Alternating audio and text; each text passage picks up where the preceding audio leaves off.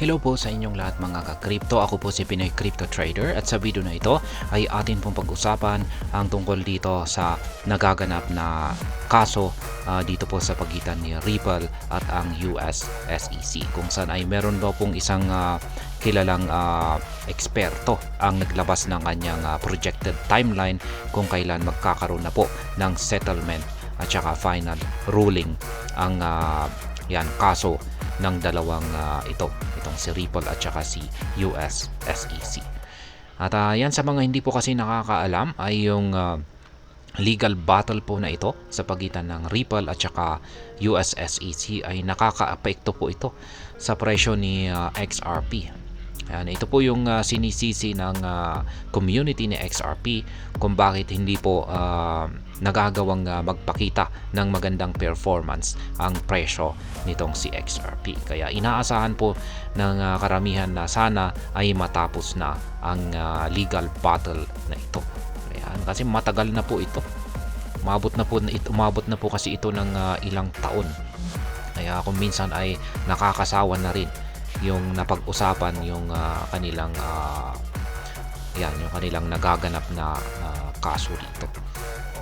Ayan, pa-update na lamang po tayo katulad nito.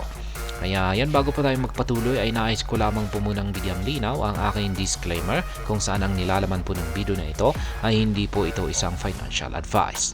For education and information purposes lamang po ang layunin nito. Maliban po dito ay nais ko na rin pong magbigay babala na wala pong kahit anumang group chat ang Pinoy Crypto Trader.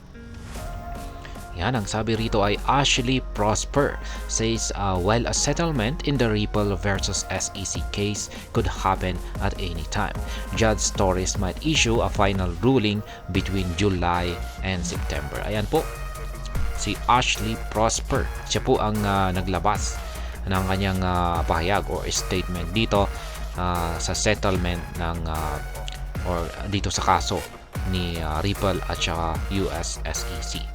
At posibleng magkaroon daw ng settlement or pagkakaayos ang dalawang panig na ito sa kahit anumang oras mula ngayon. At sapagkat itong si Judge Torres ay mag-i-issue na po ng kanyang final ruling ngayong buwan ng July or September. Ayan, sa pagitan po ng buwan ng July at saka September. Potential timeline for final ruling. Ayan. Ito na po yung posibleng timeline kung kailan po magkakaroon ng final ruling itong si Judge Analisa Torres.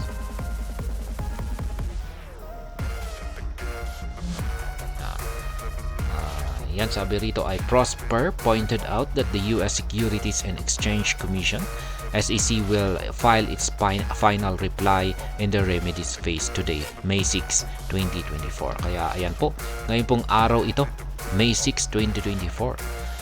Ito na po yung dito na po magfa-file ng final reply ang US SEC.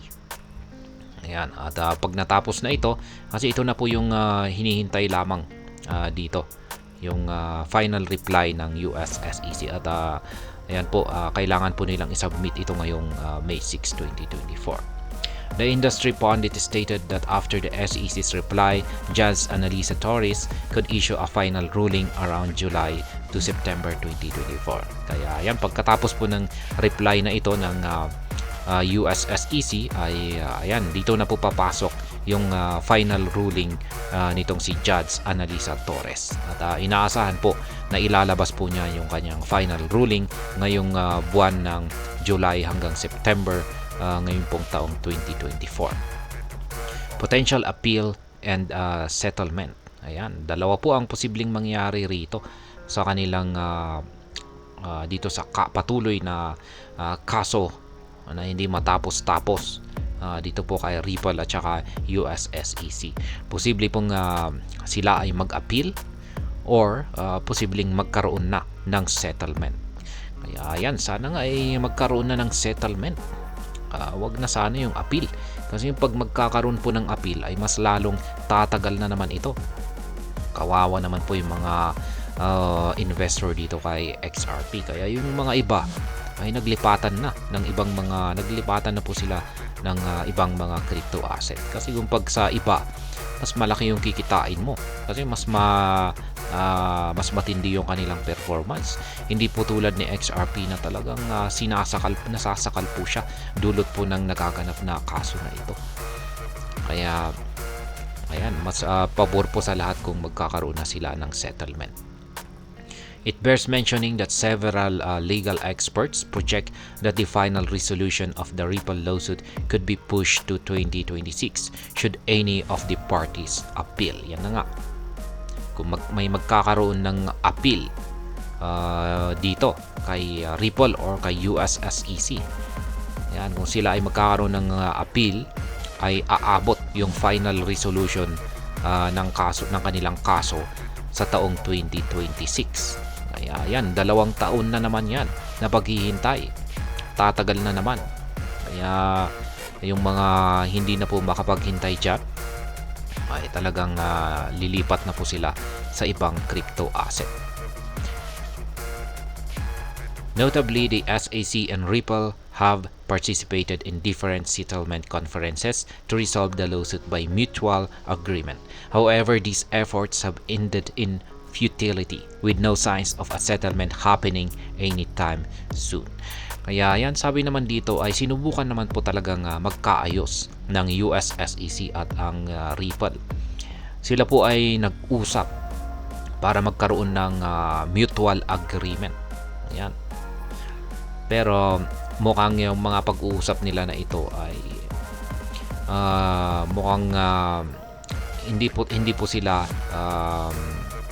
nagkaroon ng pagsang-ayon. Yan. Meron pong dahilan dyan.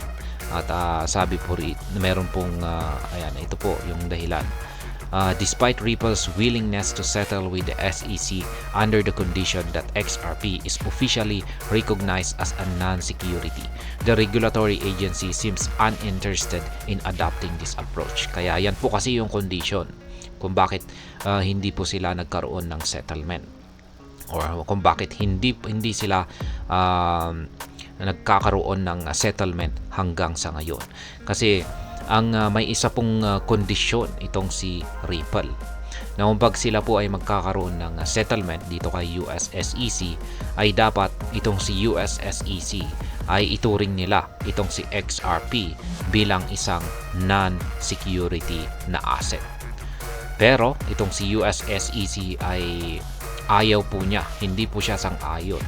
Kaya hindi po siya interesado na ituring itong si XRP na isang non-security. Yan, kailangan pa rin na dapat ito ay ituring na isang security na dapat po nilang i-regulate. Kaya yan, dahil dyan ay wala po silang pagsang-ayon. Kaya yan po ang siyang nagre-resulta kung bakit hindi pa rin nauuwi ang kanilang usapan sa isang settlement. Kaya kung pag ganyan po talaga, nagmamatigasan po talaga sila, ay wala. Hindi po talaga magkakaroon yan ng settlement. Gusto ni Ripple na may kondisyon siya. Pero isa lamang po yung kanyang kondisyon, ang ituring itong si XRP na isang non-security asset. Pero yan naman po yung pinakadahilan kung bakit kinaso or nag-file ng kaso itong si US SEC dito kay Ripple, dahil sa tinuturing po nila na itong si XRP ay isang security asset. Kaya yan, it remains to be seen whether any of the parties might pursue an appeal at the Second Circuit after Judge Torres issues her final ruling. Yan. Wala pang nakakaalam kung may magfa-file sa kanila ng appeal pagkatapos po ng final ruling na ilalabas ni Madam or Judge Analisa Torres ngayong buwan po ng July to September ngayong taong ito. Kaya yan po ang update natin dito sa nagaganap na labanan sa kaso dito po kay Ripple at ang US SEC. At hanggang dito na lamang po tayo sa video na ito mga ka-crypto. Sana po ay inyong nagustuhan ang aking paliwanag sa video na ito. Kung inyo po itong nagustuhan ay pakiclick lamang po ang like button nito. Para naman po sa mga bago lamang dito, kayo po ay aking inaanyayahan para mag-subscribe. Pakiclick na rin po ang bell icon nito dahil ito po ang siya magsisilbing notification nito sa mga bago kong videos na akin pong ina-upload sa aking YouTube channel na ito. Marami pong salamat sa panonood. Ingat po tayo lagi at God bless po sa ating lahat.